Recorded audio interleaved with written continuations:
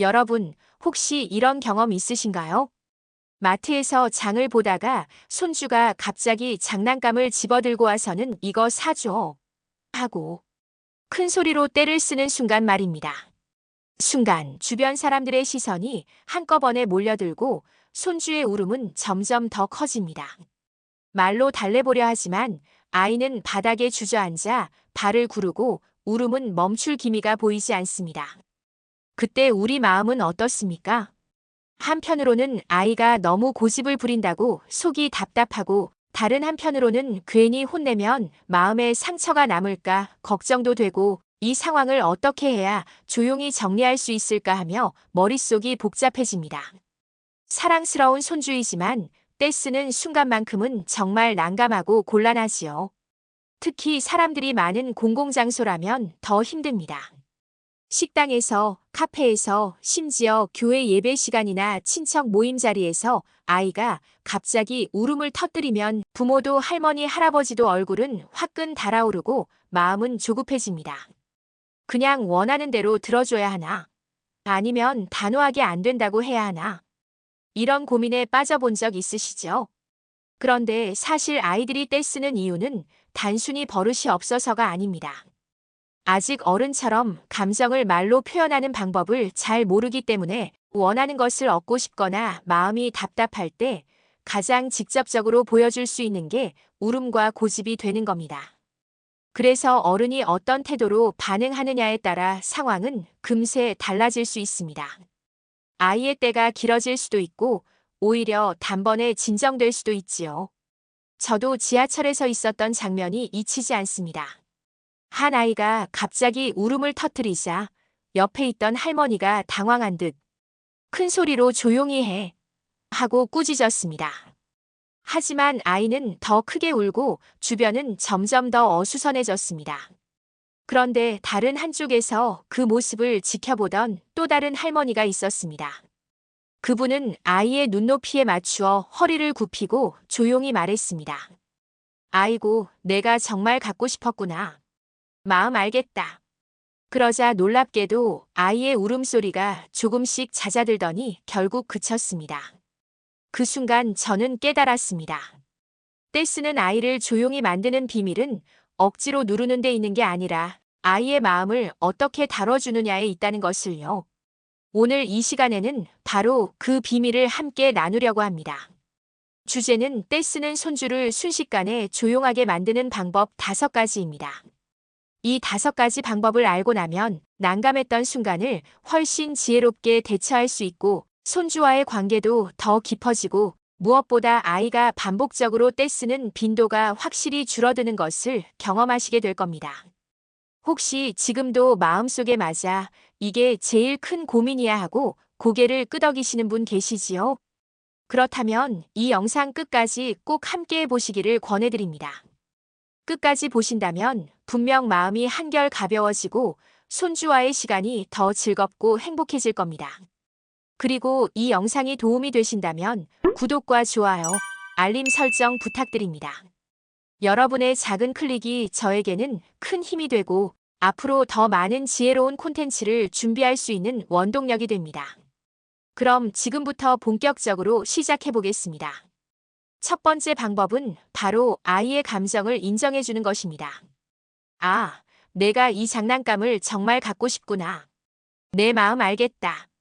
이 한마디가 아이의 울음을 놀랍도록 빠르게 가라앉히는 출발점이 됩니다. 여러분, 혹시 이런 상황을 겪어보신 적 있으신가요? 마트에서 장을 보던 중 손주가 장난감을 집어들고 와서는 이거 사줘 하며 울음을 터뜨리는 순간 말입니다. 처음에는 조용히 오늘은 안 되라고 말하지만 아이는 듣지 않고 울음은 점점 더 커지며 주변 사람들의 시선까지 몰려옵니다. 얼굴은 화끈거리고 마음은 급해져서 어떻게 해야 이 상황을 수습할 수 있을까 하는 생각만 가득합니다. 아이를 사랑하지만 그 순간만큼은 당황스럽고 곤란해집니다. 특히 사람들이 많은 공공장소에서 이런 일이 벌어지면 마치 내가 잘못한 것 같은 기분까지 들지요. 이런 문제는 단순히 한순간의 곤란함으로 끝나는 것이 아니라 아이와의 관계나 훈육 방식에도 영향을 줄 수 있기 때문에 더욱 중요하게 다뤄야 할 주제입니다. 이럴 때 가장 효과적인 첫 번째 방법은 바로 아이의 감정을 인정해 주는 것입니다. 많은 어른들이 흔히 하는 실수는 아이의 고집을 꺾으려는데 집중한다는 점입니다. 그러나 아이들은 자신이 원하는 것을 당장 얻지 못해도 자신의 마음이 존중받고 있다고 느낄 때 놀랍도록 빨리 진정합니다. 즉, 중요한 건 물건을 사주느냐 마느냐가 아니라 아이의 감정을 인정하고 이해한다는 태도입니다. 실제로 한마트에서 있었던 일입니다. 한 아이가 장난감을 사달라며 바닥에 주저앉아 울음을 터뜨렸습니다. 부모는 난감한 얼굴로 아이를 끌어내리려 했지만 상황은 더 악화되고 울음소리는 점점 커졌습니다. 그때 옆에 있던 할머니 한 분이 아이에게 다가가 차분하게 말했습니다. 내가 저 장난감을 갖고 싶구나. 내 마음 알겠다. 참 멋진 장난감이네. 그러자 놀랍게도 아이는 울음을 멈추고 할머니의 눈을 바라보았습니다. 요구를 들어주지 않았는데도 단지 마음을 인정받았다는 사실만으로 아이는 금세 안정감을 되찾은 것입니다. 혹시 어떤 분들은 이렇게 말할지도 모릅니다. 결국 원하는 걸 들어주지 않으면 아이가 더 울지 않나요? 하지만 감정을 인정하는 것과 요구를 무조건 들어주는 것은 분명히 다릅니다. 아이들은 스스로 원하는 것을 다 얻지 못해도 최소한 자기 마음을 이해해주는 어른이 있다는 사실만으로도 위로를 받습니다. 그렇다면 실제로 어떻게 실천할 수 있을까요?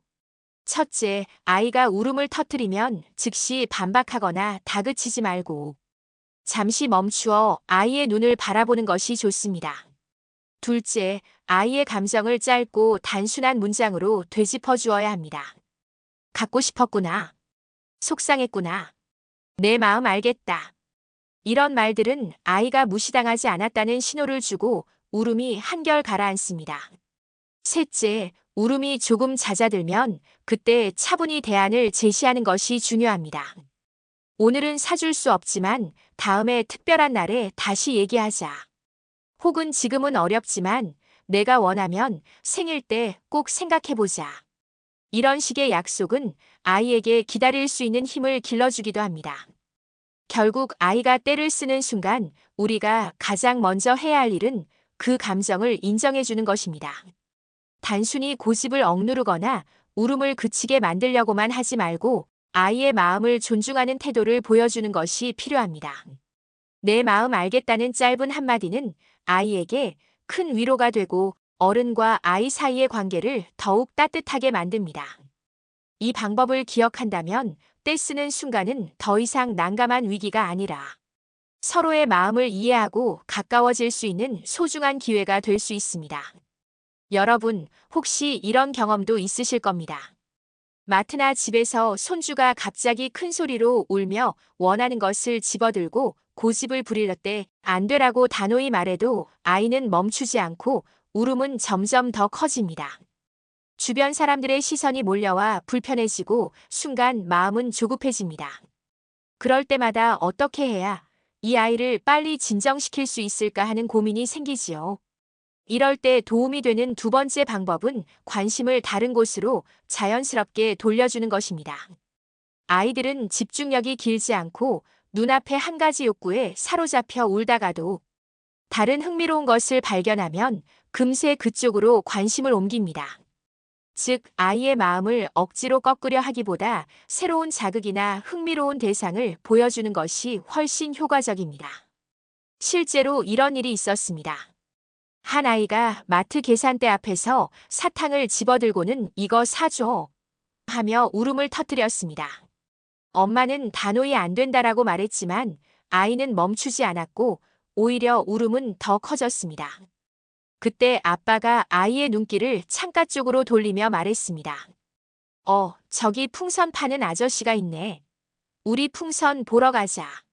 그러자 놀랍게도 아이는 울음을 멈추고 금세 풍선 쪽으로 관심을 옮겼습니다. 사탕 문제는 더 이상 중요하지 않았고 울음은 순식간에 사라진 것이지요. 혹시 어떤 분들은 이렇게 말할지도 모릅니다. 그럼 결국 아이의 요구를 회피하는 거 아닌가요? 하지만 중요한 건 단순한 회피가 아니라 아이의 감정을 무시하지 않으면서도 상황을 지혜롭게 전환한다는 데 있습니다. 아이와 힘겨운 싸움을 이어가기보다는 아이가 좋아할 만한 새로운 대상을 제시해 부드럽게 시선을 돌려주는 것이 갈등을 줄이고 긍정적인 결과를 만드는 방법입니다. 그렇다면 실제로 어떻게 하면 좋을까요? 첫째, 아이가 울음을 터뜨리면 주변을 살펴보고 아이가 흥미를 가질 만한 대상을 찾아보는 것입니다. 마트라면 풍선, 인형 진열대, 시식 코너 같은 것들이 될 수 있고, 집에서는 창밖의 새소리, 장난감, 혹은 강아지 같은 대상이 될 수 있습니다. 둘째, 아이가 평소 좋아하는 활동을 미리 기억해 두었다가 제안하는 것도 좋습니다. 우리 조금 뒤에 아이스크림 먹으러 갈까? 집에 가면 블록놀이 할까? 이런 말 한마디는 아이의 울음을 순식간에 멈추게 할 수 있습니다. 셋째, 새로운 관심사로 시선을 돌린 뒤에는 아이의 반응을 충분히 받아주며 즐거운 분위기를 이어가는 것이 필요합니다. 관심을 돌리는 것은 단순히 눈길을 다른 곳으로 돌리는 것이 아니라 아이가 안정감을 찾을 수 있는 환경으로 부드럽게 이끌어주는 과정입니다. 결국 손주가 떼를 쓰는 순간 가장 지혜로운 대응 중 하나는 관심을 다른 곳으로 자연스럽게 돌려주는 것입니다. 이 방법은 아이의 마음을 억누르지 않으면서도 갈등을 줄이고 아이와 어른 모두에게 웃음을 되찾게 해줍니다. 작은 전환 같아 보이지만 이 순간은 난감했던 위기를 웃음과 평화의 순간으로 바꾸는 놀라운 힘을 가지고 있습니다. 여러분, 손주가 떼를 쓰는 이유 중 하나는 단순히 무언가를 갖고 싶어서가 아니라 내가 원하는 대로 되지 않는다는 좌절감 때문일 때가 많습니다.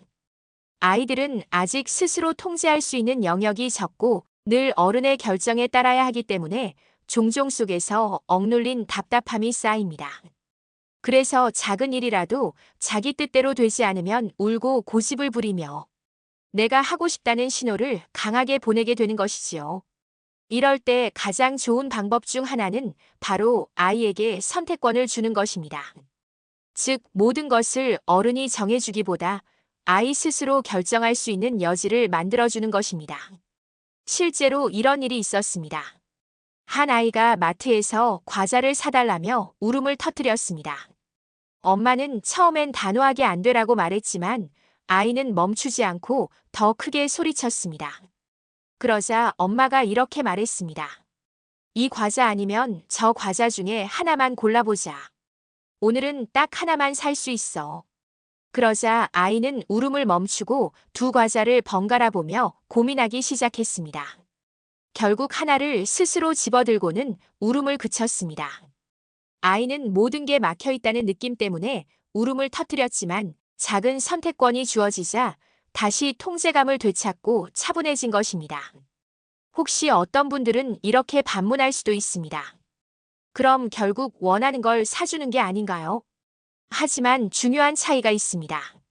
아이가 원하는 대로 무조건 다 들어주는 것이 아니라 어른이 허용할 수 있는 범위 안에서 두 가지 혹은 세 가지 선택지만 주는 것입니다. 이렇게 하면 아이는 자기 결정이 존중받았다고 느끼면서도 어른이 정한 규칙 안에서 행동하게 됩니다. 그렇다면 구체적으로 어떻게 하면 좋을까요? 첫째, 아이가 울음을 터뜨리면 곧바로 안 되라고 단정 짓기보다 대안을 제시하는 겁니다. 예를 들어 이 과자 아니면 저 과자 중 하나만 고를 수 있어라고 말하는 것입니다. 둘째, 너무 많은 선택지를 주지 말고 반드시 두세 개로 제한해야 합니다. 선택지가 많으면 아이는 오히려 혼란을 느끼고 다시 떼를 쓰게 됩니다.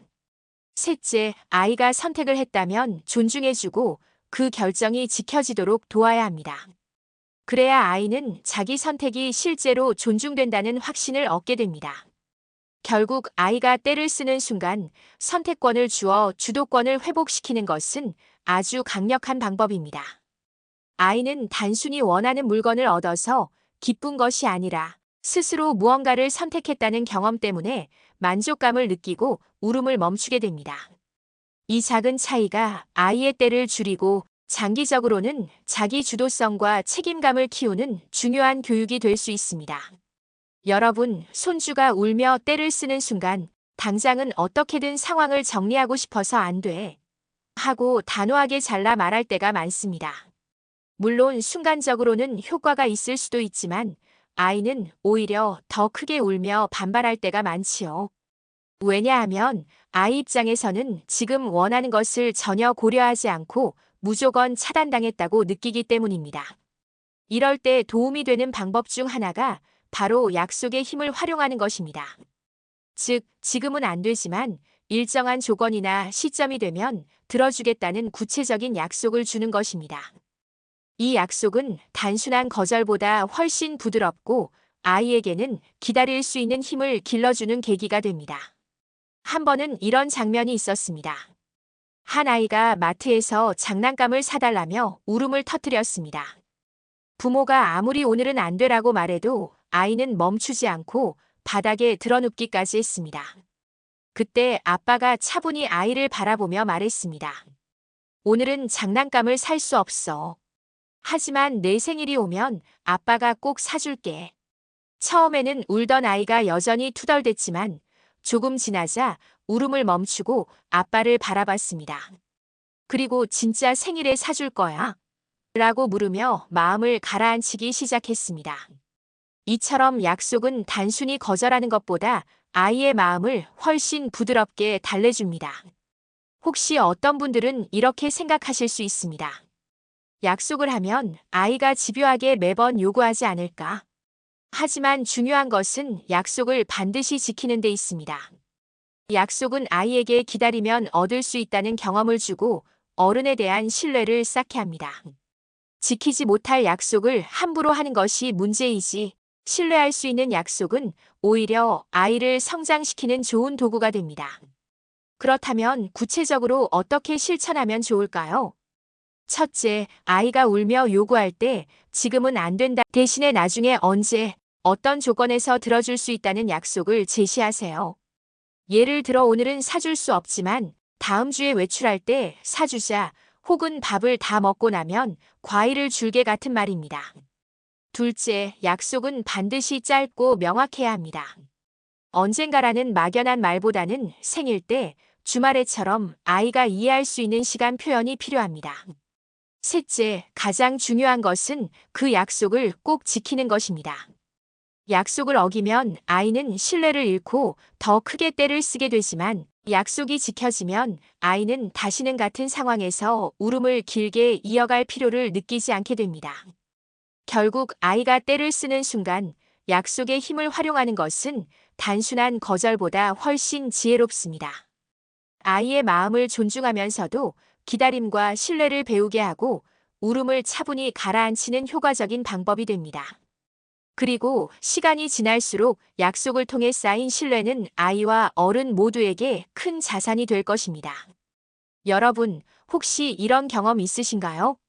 손주가 큰 소리로 울며 고집을 부릴 때 그 상황이 너무 답답하고 화가 나서 자신도 모르게 목소리를 높인 적 말입니다.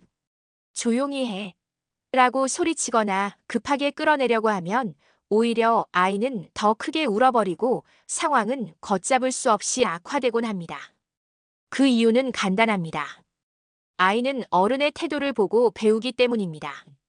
어른이 흥분하고 화를 내면 아이는 그 감정을 그대로 받아들이며 울음으로 더 크게 반응하게 되는 것이지요.